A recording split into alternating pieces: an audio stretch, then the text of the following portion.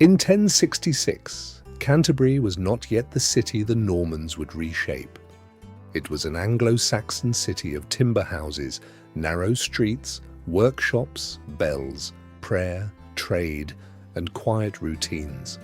A city where the smell of wood smoke hung over thatched rooftops, where monks walked between stone walls that had stood since the Romans, and where the Archbishop of Canterbury, the most powerful churchman in England, held spiritual authority over the entire kingdom. Canterbury was the city where English Christianity had been born. For nearly 500 years, the faith that Augustine had carried from Rome had radiated outward from this place, shaping laws, crowning kings, and binding a divided island into something that could call itself a nation. But in the autumn of 1066, the world that Canterbury knew was about to end. A king had fallen in battle, an army had crossed the sea, and the road from the coast, the same road that pilgrims and traders had walked for centuries, now carried the sound of foreign horses, foreign voices, and a foreign claim to the English throne. This is what Canterbury looked like in 1066, the last days of Anglo-Saxon England's spiritual heart.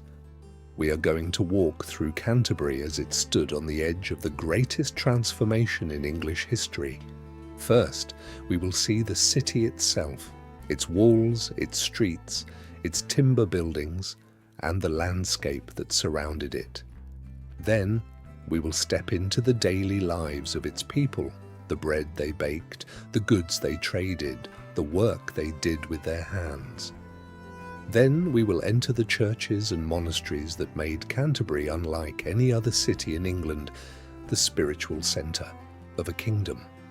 And finally, we will feel the tension arriving, the rumours, the silence, and the slow, heavy realisation that the old England was ending and something entirely new was about to begin. To understand Canterbury in 1066, you have to see it as two cities layered on top of each other. The first was Roman. Duravernum Cantiacorum had been a walled town with stone buildings, public baths, a theatre, and paved streets laid out in the disciplined grid that the Romans brought to every corner of their empire. That town had flourished for nearly 4 centuries before the legions withdrew and the empire collapsed. The second city was Anglo-Saxon. After the Romans left, the old town did not disappear entirely. Its walls survived, thick, weathered, but still standing. And when the Anglo-Saxon kings of Kent made Canterbury their royal centre in the 6th and 7th centuries, they built their new world inside the skeleton of the old one. By 1066, Canterbury had been an Anglo-Saxon city for over 500 years. The Roman streets were buried under centuries of mud, timber, and new construction. But the Roman walls still enclosed the city, forming a rough oval, perhaps half a mile long, and a third of a mile wide. In places, the stonework was intact. In others, it had been repaired with earth and timber, patched and rebuilt so many times that the wall was more memory than monument. But it still stood. And to anyone approaching Canterbury from the surrounding countryside, those walls still said, "This is a place that matters." The city sat in the valley of the River Stour, in the heart of Kent. The Stour was not a great river. It was modest, shallow in places, winding through flat meadows and marshland, but it gave Canterbury water, powered its mills, and connected it to the wider network of rivers and roads that crossed southeastern England. Kent, in 1066, was one of the most fertile and settled regions in the country. The land was rich, the farms were productive, the orchards, the woodlands, and the pastures of Kent had supported a dense population for centuries. This was not a frontier. It was the opposite, old, established, comfortable in its routines, and Canterbury was its centre. Inside the walls, the city had the kind of dense, organic layout that grew from centuries of use rather than planning. The main street followed the line of the old Roman road, running roughly east to west, connecting the two principal gates. This was the busiest part of Canterbury, wide enough for carts and animals, lined on both sides with timber-framed buildings whose upper stories sometimes leaned out over the street. Side streets and lanes branched off the main road, narrower and muddier, winding between houses, workshops, and enclosed yards. Some were little more than paths squeezed between buildings. Others opened into small squares where neighbours shared a well or a common oven. The buildings were timber. Almost everything in Canterbury was built of wood. Oak frames, wattle and daub walls, thatched roofs of straw or reed. The houses were small by any modern standard. 1 or 2 rooms, a central hearth, a beaten earth floor covered in rushes. Smoke from the fire drifted upward through the thatch because chimneys did not yet exist. The walls were dark with soot. The air inside was warm, thick, and smelled of ash and cooking. Some houses were larger, the homes of wealthier merchants or minor landowners, with separate rooms, wooden floors, and small yards behind. But even these were modest. No glass windows, no stone walls, no comfort in any sense that a modern person would recognize. And yet Canterbury was alive. Not wealthy in the way that a continental city might have been, but busy, functional, and full of purpose. Smoke rose from every rooftop. Dogs wandered the streets. Chickens scratched in the mud between buildings. The sound of hammering came from workshops. The smell of fresh bread drifted from ovens. Church bells rang at regular intervals, marking the hours of prayer that structured the entire day. Beyond the walls, the suburbs spread out in a loose fringe of houses, workshops, and gardens. To the east, just outside the walls, stood St. Augustine's Abbey, one of the oldest and most important monasteries in all of England. To the south, fields and meadows stretched toward the downs.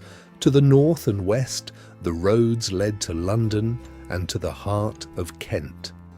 Canterbury was not a large city. Perhaps 3,000 or 4,000 people lived within the walls and in the immediate suburbs.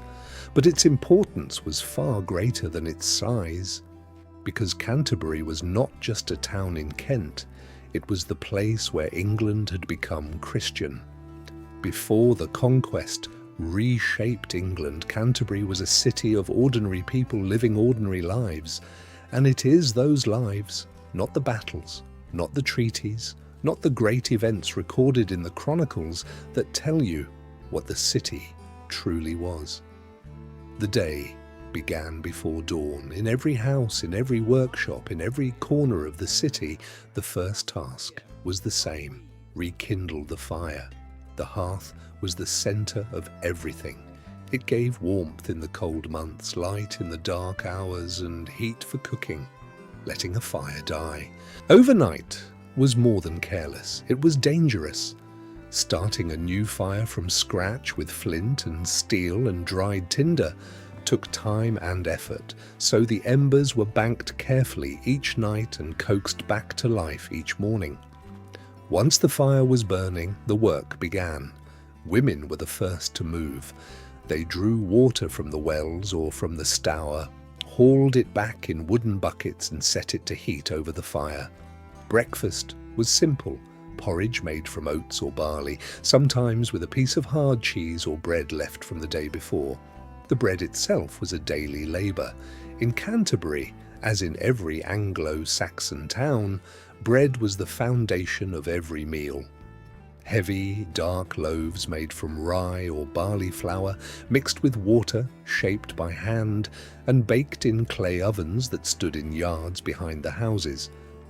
The flour was ground at the mills along the Stour or by hand with quern stones, a slow and exhausting process that wore the stone dust into the grain and, over years, wore the teeth of everyone who ate it.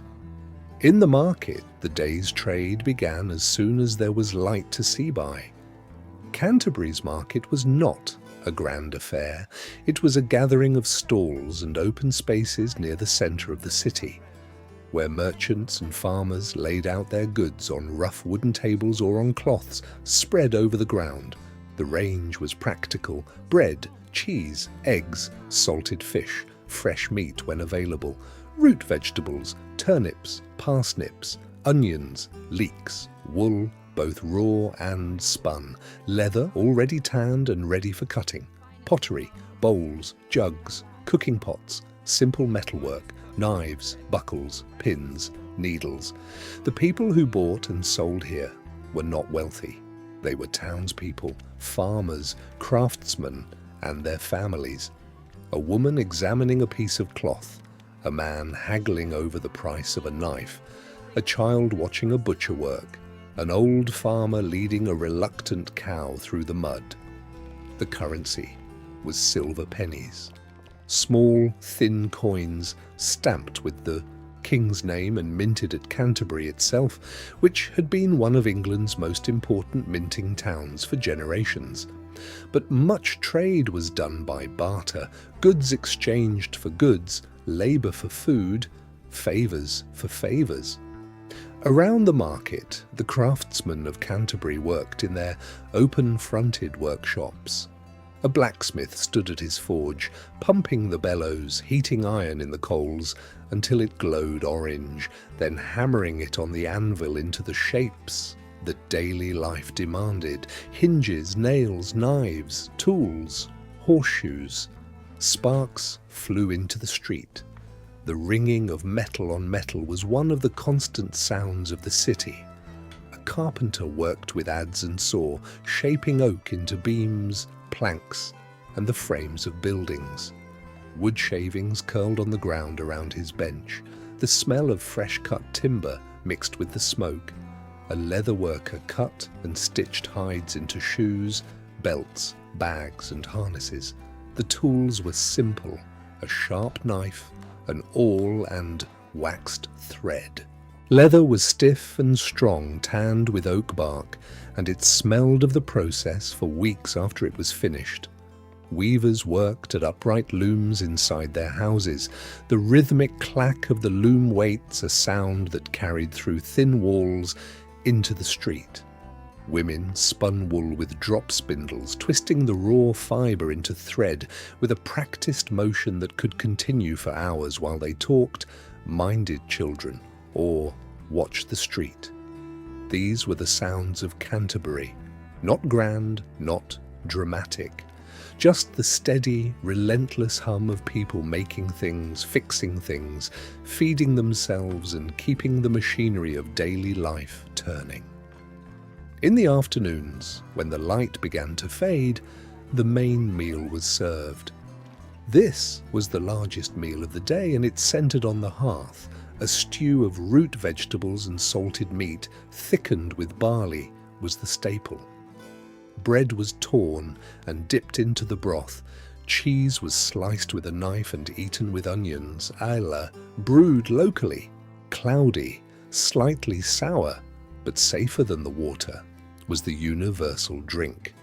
On better days, there was fresh fish from the Stour or from the coast, which was close enough that fish could reach Canterbury while still edible. Eels were common. Herring arrived in barrels from the coastal towns. Oysters, cheap and plentiful, came up from the estuaries. After the meal, as the light disappeared entirely, the city drew inward. Doors were closed, shutters were pulled across windows. The streets emptied.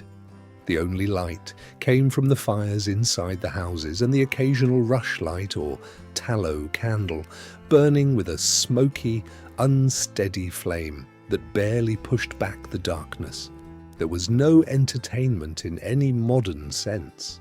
People talked. They told stories. They mended clothes. They prayed. And then they slept. On benches, on straw pallets, on the floor near the fire, wrapped in woolen blankets and each other's warmth. This was daily life in Canterbury before the conquest.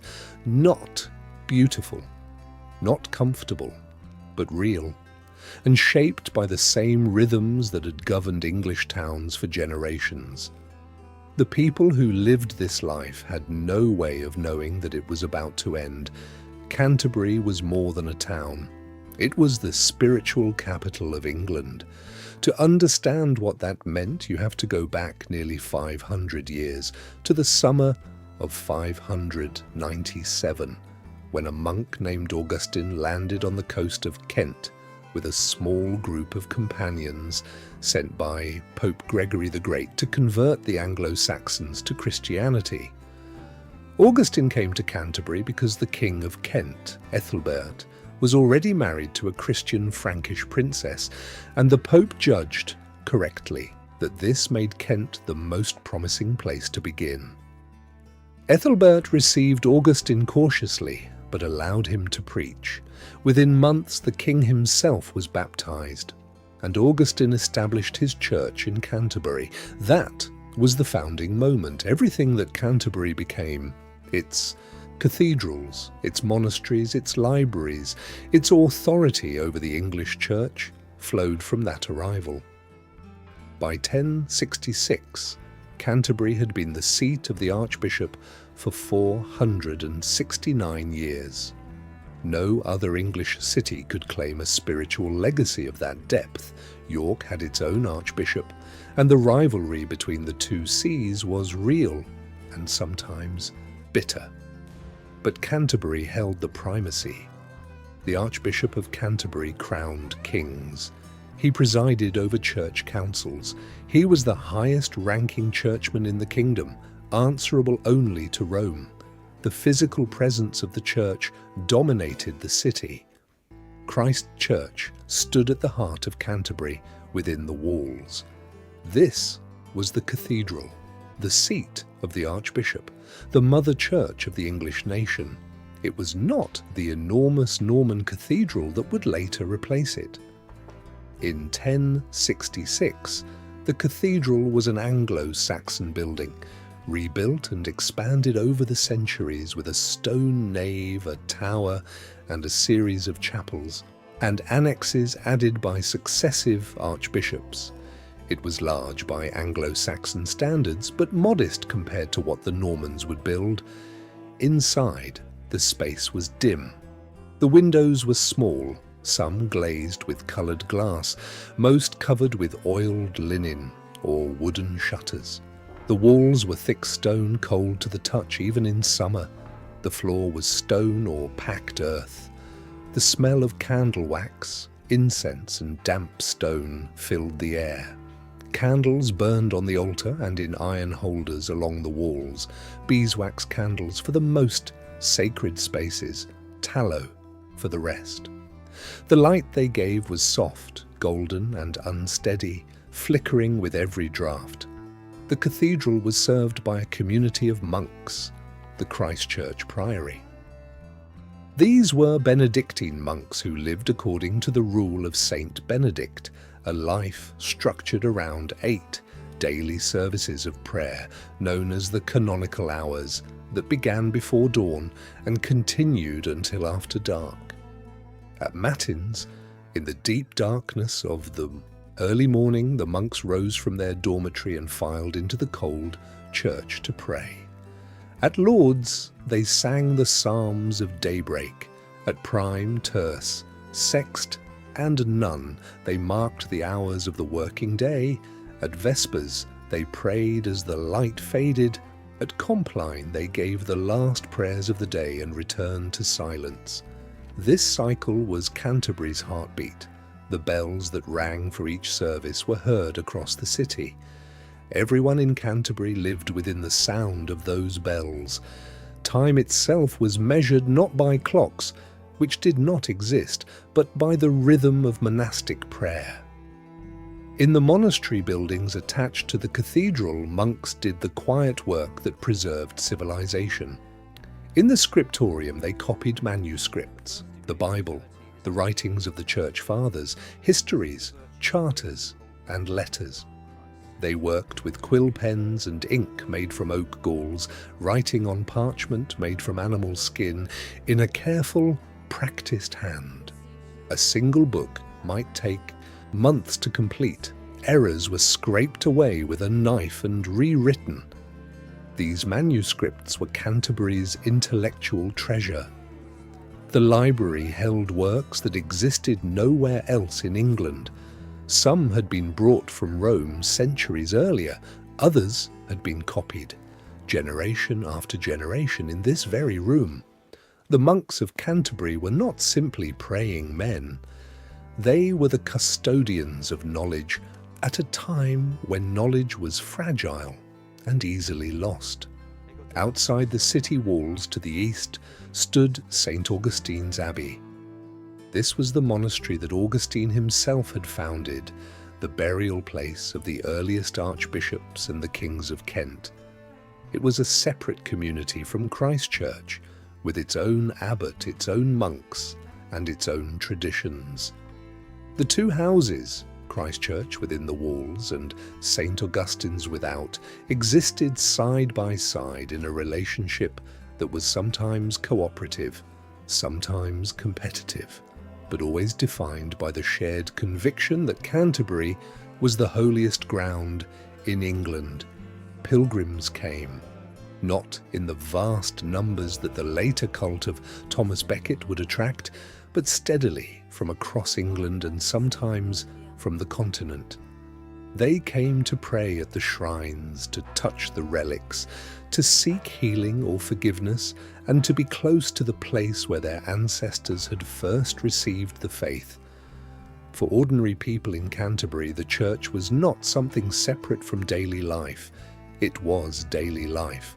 The priest baptized their children. The bells told them when to stop and pray. The holy days gave them their only rest from labor. The church taught them what was right, what was sinful, and what waited for them after death. The stone walls of the cathedral and the chanting of the monks were as much a part of Canterbury's landscape as the river, the market, and the mud. In 1066, that landscape was still intact. The bells still rang. The monks still prayed. The candle still burned on the altar, but the man who would silence them was already on his way. If this kind of reconstruction is something you value, please take a moment to like this video and subscribe to Walter Reconstructs History. It is the best way to make sure the next one happens. Every video takes weeks of research, writing, and production. Your like helps more people find this channel, and your subscription tells me that this work matters. If you have been watching this far, you already care about history done properly. That means a lot. Now, let us feel the tension arriving in Canterbury. The year 1066 had been a year of dread from the very beginning. In January, King Edward, the Confessor, died at Westminster. He left behind a kingdom without a clear heir and a succession that was immediately disputed. Harold Godwinson, the most powerful earl in England, was crowned king the very next day. He was a capable warrior and a skilled political operator, but his claim was challenged from the moment the crown touched his head. From Normandy, Duke William declared that Edward had promised him the throne. He claimed that Harold himself had sworn an oath to support that promise, an oath sworn over holy relics, which made its violation not merely a political betrayal, but a sin against God. Whether the oath was real or made under duress or ever happened at all became irrelevant. William had his justification. From Norway, King Harald Hardrada prepared his own invasion backed by Harold's exiled brother Tostig, who burned with resentment and ambition. Canterbury felt all of this. The city sat on the road from Dover, the main crossing point from the continent. Every messenger, every traveller, every piece of news that crossed the channel passed through or near Canterbury. The city was not isolated from the wider world. It was connected to it by the oldest and most important road in southeastern England, the road the Romans had built and the Anglo-Saxons still used. In the early months of 1066, the rumours were distant but persistent. Norman ships were being built. An invasion fleet was assembling, thousands of men, not just Normans but Bretons, Flemings and adventurers from across northern France were gathering on the far shore of the Channel, waiting for a favourable wind. In Canterbury, the news arrived with travellers. A merchant from Dover, his voice lowered, speaking of ships seen across the water. A messenger from the king riding hard along the old road, carrying orders to prepare defences. A monk returning from the continent, his face grave, reporting what he had heard in the abbeys of Normandy. The market grew quieter, not silent. Trade continued, bread was still baked, cattle were still bought and sold. But the conversations changed. People spoke in lower voices. They asked questions that had no answers. What would happen if the Normans came? What would happen to the city? What would happen to them? In the churches, the prayers intensified. The monks of Christ Church and St. Augustine's prayed for the safety of the kingdom, for the king, for peace. The common people came to the churches more often than usual, seeking comfort in the familiar rhythms of the liturgy, in the smell of incense and the sound of psalms. Then, in September, the crisis in the north erupted. Harald Hardrada and Tostig invaded with a great Norwegian fleet. Harold marched north at astonishing speed, defeated them at the Battle of Stamford Bridge on the 25th of September, and destroyed the Norwegian threat in a single, decisive battle. Hardrada was killed. Tostig was killed. The invasion from the north was over, but Harold had no time to rest, no time to mourn, no time to recover. Within days, the wind changed. And William of Normandy crossed the Channel. He landed at Pevensey on the 28th of September with perhaps 7,000 men, horses, supplies, and the papal banner that gave his invasion the blessing of Rome. He moved to Hastings and waited. Harold turned his exhausted army south and marched the entire length of England for the second time in a month. Canterbury watched him pass, or perhaps the city only heard the news second-hand, messengers riding through, soldiers gathering on the roads, the sound of an army moving south toward a battle that everyone knew was coming. On the 14th of October, the two armies met on a ridge near Hastings. The battle lasted most of the day. Harold's shield wall held the high ground, absorbing charge after charge from the Norman cavalry and crossbowmen. It was close. It was brutal. For hours the outcome was uncertain, and then Harold fell. The exact manner of his death passed into legend, the arrow in the eye, the mounted knights cutting him down. But the result was beyond dispute. The King of England was dead. His army was broken, and the last organised resistance in the south was gone. When the news reached Canterbury, the city must have felt the ground shift beneath it. The bells tolled, not for prayer, for mourning. Women wept in the streets, men gathered in small groups, their faces drawn, speaking in low, urgent voices. The market emptied early. Workshops fell silent. The sound of hammers and looms was replaced by the sound of doors closing and shutters being pulled shut. And then the waiting began. William did not come immediately to Canterbury. He secured the coast first. He moved through Kent methodically, burning where he met resistance, accepting submission where it was offered. But everyone in Canterbury knew that the road from Hastings led north, and Canterbury was on that road. The messengers kept arriving. Each one brought the same news, delivered in different words. William was coming. William was closer. William's army was on the road. In the streets, the signs of approaching change multiplied. A traveller covered in mud arrived from the south, his horse exhausted, his eyes wide with what he had seen. A group of people passed through the gates heading north, carrying what they could, leaving before it was too late. A farmer drove his animals into the city for safety. A merchant packed his goods and disappeared. The bells still rang for vespers. The monks still filed into the cold cathedral for Compline. But the prayers had changed. They were no longer prayers for victory. They were prayers for mercy. Canterbury waited. The streets grew quiet. The smoke from the hearths drifted upward into an autumn sky that seemed heavier and greyer than anyone could remember. And somewhere on the road to the south, the sound of Norman horses grew closer. Canterbury did not fall to fire and sword. There was no siege, no assault on the walls, no last stand by the gates. The leading men of the city, the clergy, the wealthier townspeople, the remaining representatives of the old order, went out to meet William and offered the city's submission. It was a practical decision. Canterbury had no army. Harold was dead. The men who might have defended the city had marched south with the king and had not come back. Resistance would have meant destruction, and the people of Canterbury knew what William had done to the towns that resisted. So the gates opened, and the Normans entered.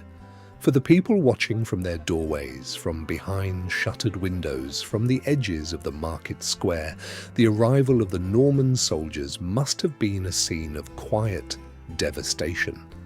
They were not a vast army pouring through the streets. They were a small, disciplined group. Armoured men in chainmail hauberks, conical helmets with nose guards, kite-shaped shields slung over their shoulders. They rode horses, war horses, larger and heavier than the animals most English people had ever seen. They spoke French, a language that no one in Canterbury could understand. They were calm, professional, and unmistakably in charge. Norman soldiers took positions at the gates. Norman officers walked into the royal and administrative buildings. Norman hands rested on the hilts of swords that had been carried across the channel for this moment. The banners changed. Where Anglo-Saxon standards had hung, the symbols of English authority, of Kentish identity, of a world that had lasted 5 centuries, new banners appeared. Norman colours, Norman devices, symbols that meant nothing to the people of Canterbury except that the old world was finished. In the churches, the change arrived more slowly, but was no less total. The services continued. The bells still rang. The monks still chanted the psalms at the appointed hours. But everyone in Canterbury's religious community understood what was coming. Stigand, the Archbishop, who had never been fully recognised by Rome, whose position had always been politically fragile, was living on borrowed time. William had crossed the channel with the papal banner. He had Rome's support, and Rome had never supported Stigand. In 1070, it came. Stigand was deposed. In his place, William appointed Lanfranc, an Italian-born scholar, a monk from the Abbey of Bec in Normandy, one of the most brilliant minds in Western Europe. Lanfranc was everything Stigand was not: pious, intellectually rigorous, politically astute, and loyal to both the new king and the Pope. Lanfranc did not simply occupy the Archbishop's chair, he transformed Canterbury. He looked at the Anglo-Saxon Cathedral, the building that had served the English Church for centuries, and he ordered it demolished.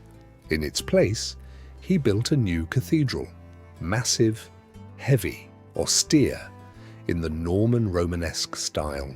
Thick stone walls, round arches, a tower that would dominate the city's skyline in a way the old church never had. The message was architectural, but it was also political. The old church was English. The new one was Norman. The old one had grown organically over centuries. The new one was planned, imposed, and built to last forever. It said, "We are not visitors. We are not passing through. We are here, and we are rebuilding your world." The monastic community was reorganized.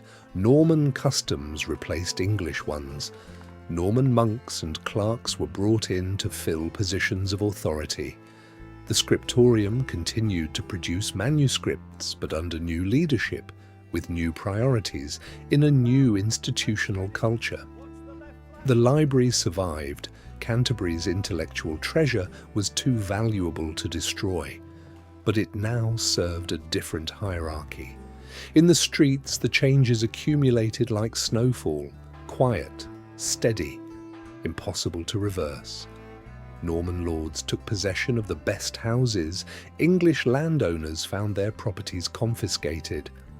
The social hierarchy that had governed Canterbury for generations was overturned. Where English thanes had once held authority, Norman knights and barons now stood. The language of power shifted. French became the language of the court, of law, of administration, and of the new aristocracy. English remained the language of the common people, the bakers, the smiths, the weavers, the farmers. A divide opened that would take more than 200 years to close. New building styles appeared. Where the English had built in timber, the Normans built in stone. A castle was constructed to control the city, not to protect it from outside enemies, but to remind its own people who ruled them. Houses were demolished to make room for its earthworks and ditches. Families were displaced. The market continued. The stalls still sold bread and wool and pottery. The blacksmith still worked his forge. The weaver still sat at her loom. But they now worked in a city that belonged to someone else. The people of Canterbury were not destroyed. They adapted. They learned to navigate a world where power spoke a different language and worshipped in a different style of church. They continued to bake bread, to draw water from the Stour, to raise their children, and to bury their dead. But the Canterbury they had known, the Anglo-Saxon city of timber houses and familiar faces, of English prayers and English bells, of a church built by their own people over 5 centuries, that Canterbury was gone. The conquest did not change everything in a single day, but after 1066, Canterbury, like the rest of England, would never be quite the same again. Canterbury in 1066 was not a city destroyed by conquest. It was a city transformed by it.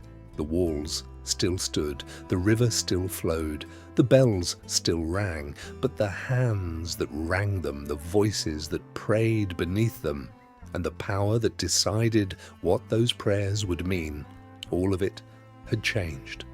What makes Canterbury's story so striking is not the drama of invasion, it is the quiet weight of replacement.